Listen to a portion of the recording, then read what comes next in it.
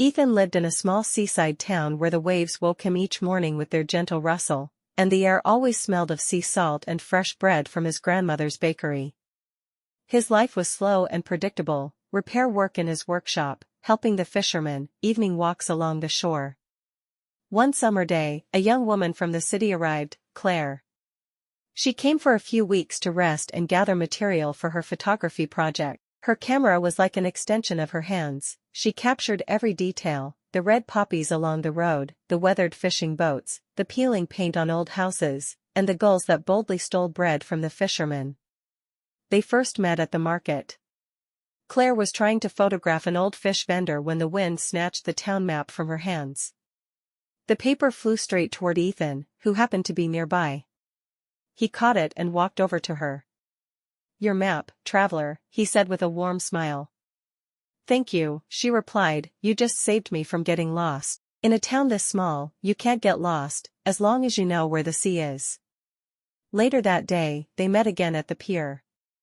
Ethan was mending old fishing nets, and Claire, without hesitation, sat beside him, asking about the sea, the storms, and the legends passed down through generations.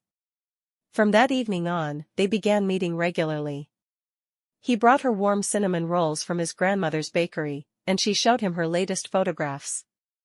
He told her tales of old sailors who had vanished far out at sea, and she shared her dreams of traveling and discovering new places. One evening, as the sun was setting, Claire said softly, "You know, when I look at you, it feels like I'm already home."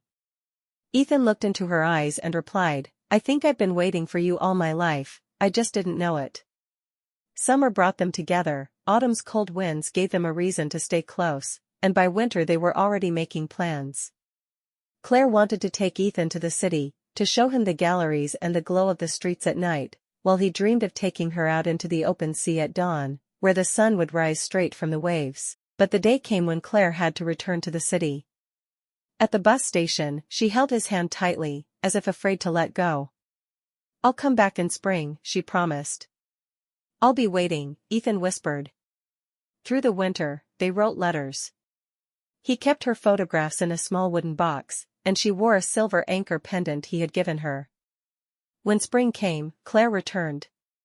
She stepped off the bus and saw Ethan waiting at the stop, holding a bouquet of wildflowers.